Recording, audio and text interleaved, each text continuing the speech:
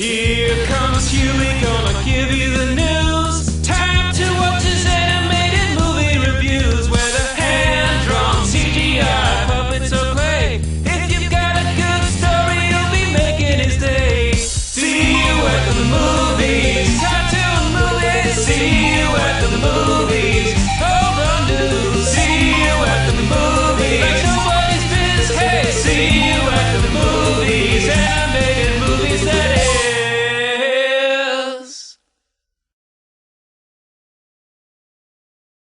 Hey everyone, I'm Hewy Toonmore. Welcome to Hewy's Animated Movie Reviews, the show where I review animated films from old to recent, whether they be hand-drawn, stop-motion, or computer-generated. Well folks, as you can see by my stocking here, it's Christmas time again. So I'd like to talk about one of my favorite television specials, starring a greedy green character who nearly ruined Christmas. That's right, Mr. Bumpy from Bump in the Night. I'm a wild green guy living under the bed. I gobble up a sock before you turn your head. Like a bolt to light, make your heart jump. My name is Mr. Bumpy. I go bump, bump, bump, yeah, bump. Bump, bump, bumpity bump. Everybody bump. Bump, bump, bumpity yeah. He goes 100 miles an hour, he's big dynamite. His name is Mr. Bumpy, he goes bumping the night. Bump in the Night was a stop-motion animated cartoon series in the 90s that aired on ABC. The series centered around three tiny characters: Bumpy, a green monster that loves to eat socks; Squishington, or Squishy, a blue blob that lives in a surprisingly clean home inside a toilet; and Molly Cuddle, a doll that comforts anyone who needs comforting. Most of their adventures were always crazy, like Bumpy getting kidnapped by aliens, or Molly trying to comfort the closet monster, or when a slice of toast turned into a monster that chased after Bumpy and Squishington. Now, I loved watching the show as a kid, especially when the characters would do the bumpers between commercial breaks, like this one.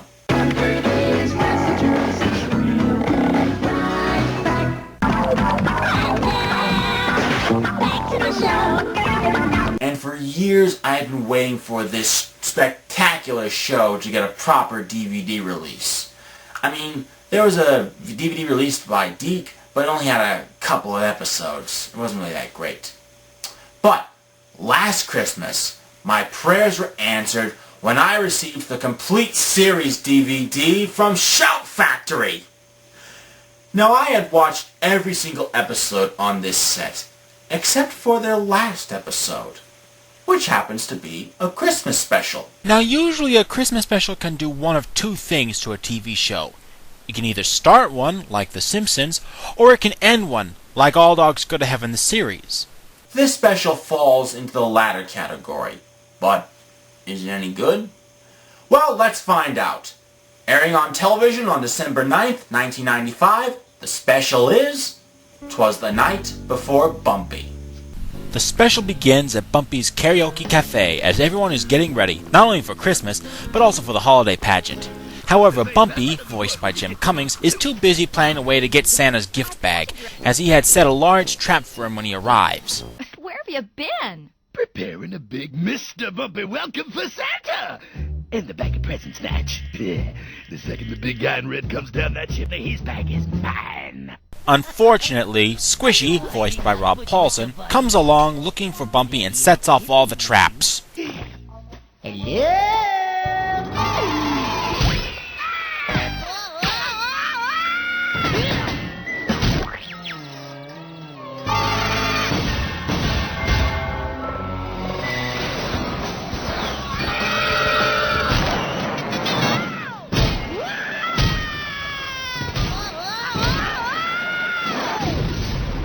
It's like the Rube Goldberg of Wile E. Coyote traps. Help! I'm being eaten by a big raging clothes pile! Squish, you wrecked my Santa traps, ruined my plans to snag the bag. How could you do it? Hey, less complaining, more helping, Bumpy. Hey, closet monster, special delivery for you. Christmas present.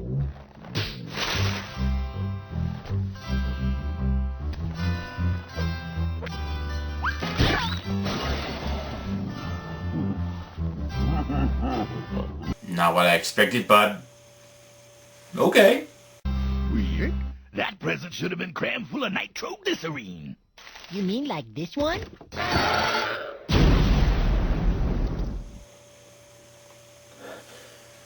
Well, that explains it.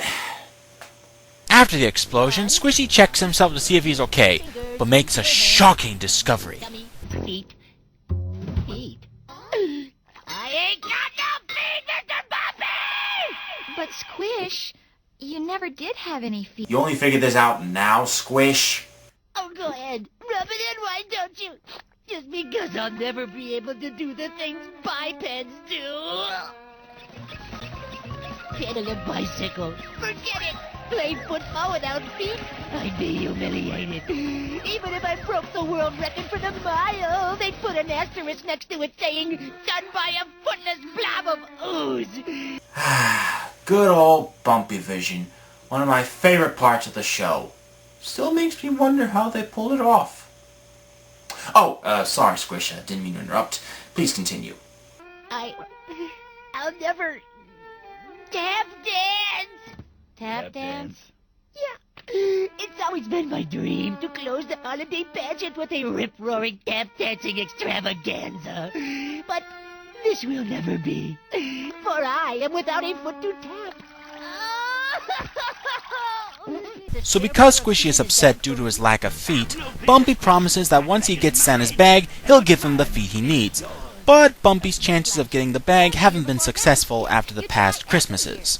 Would have had it last year if my rotary beard hair puller hadn't broke, and the year before I hadn't been decoyed by that booby Santa on the grassy knoll. But this is the year I'm gonna get it. Gotta have 'em. Gotta have 'em all. Gotta catch 'em all. I got Christmas needs. You and about 75% of America. So now we get our first musical number, which is really just a variation of the 12 Days of Christmas set to clips of previous episodes. It's the night before Christmas, and my philosophy says all the presents should belong to me. On the night before Christmas, what I would like's a pair, one pair of feet. That's too bad, 'cause there's not enough to share. This is actually how all the songs in the special are done, so let's just skip this one. So after that, Bumpy asks Squishy to come with him to get Santa's bag, promising him feet in return. Squishy happily accepts and leaves Molly Cottle, voiced by Gail Mathias, in charge as director of the pageant. But before Molly tries to talk her way out of it, the closet monster returns, scaring everyone in the cafe and giving a chance for Bumpy and Squishy to escape. So how's Molly gonna get out of this scrape? Excuse me, Mr. Closet Monster. Say, nice tie.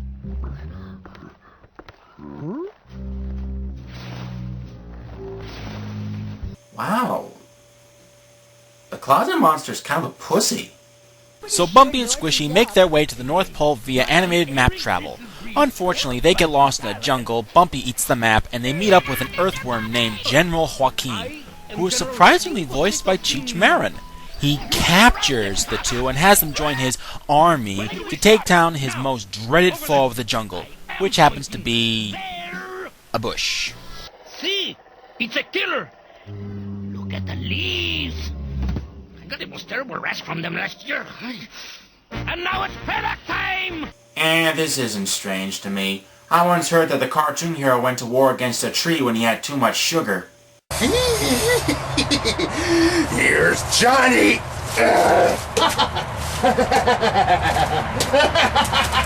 Look, General, can I call you Jen?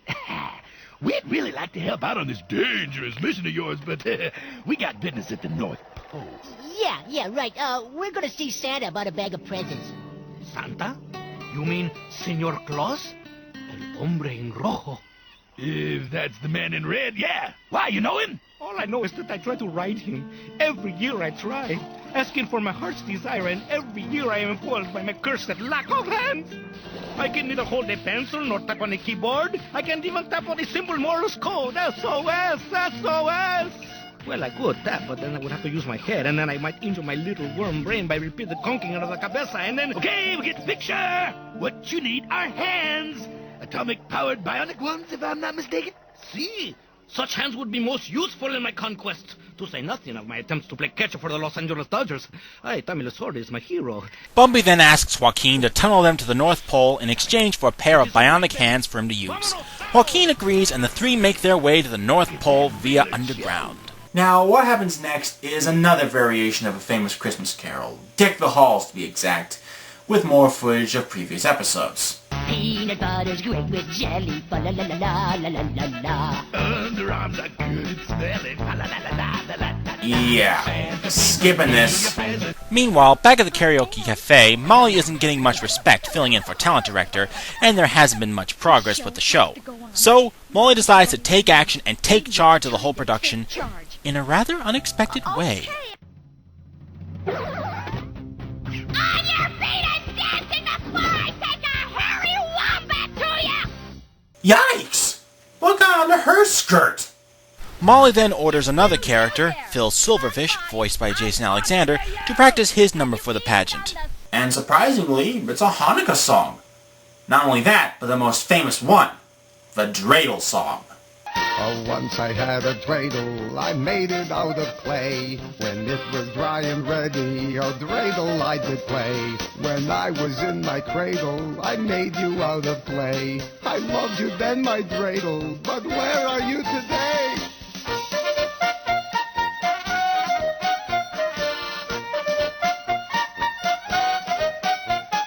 I have to give this special credit for mentioning another holiday aside from Christmas. There aren't many specials that do other holidays like Hanukkah. Well, except for Rugrats, but that's about it. And unlike the other song sequences from earlier, it uses a few clips from previous episodes while trying to keep the show going.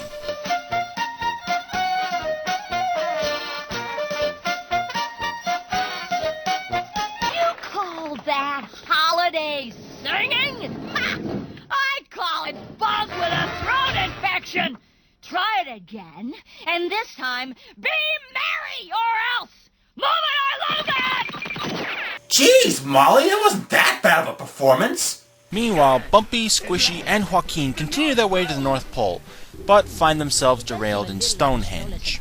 Well, at least they're close. Incoming, dive! Auga, auga!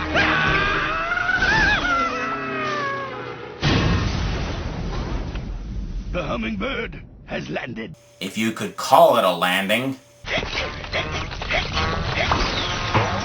That was too close. Is it safe yet? My poor cabeza.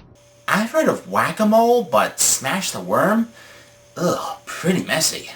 This is Doris D. Bird, a hummingbird that has no time to wait and in a hurry to eat, voiced by Jim Cummings. Well, gotta give him credit, at least it's not as bad as him voicing as... Why should we do something nice? Let's that's my advice. Anyway, Bumpy asks Doris if she could fly him and Squishy to the North Pole, but she refuses because there's nothing to eat there. So Bumpy promises her a jetpack in return for her services. Did you say a jetpack? I never thought of that. No more fatigue, no longer sit long. No more slamming into stone walls. Walking with the envy of all my friends. You know... when the hell are we gonna get jetpacks?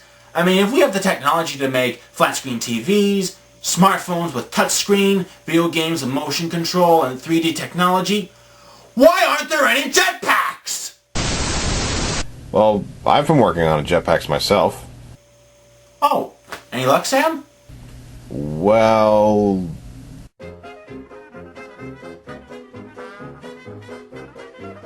It is so tiny!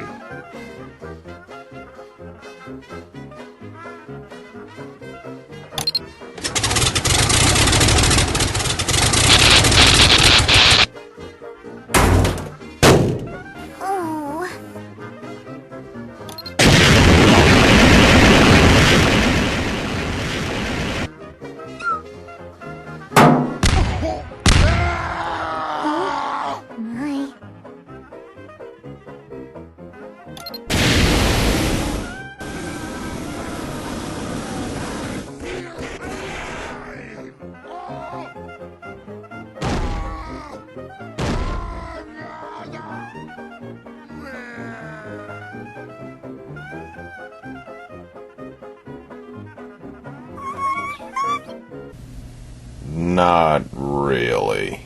But someday we'll have jetpacks. Eventually.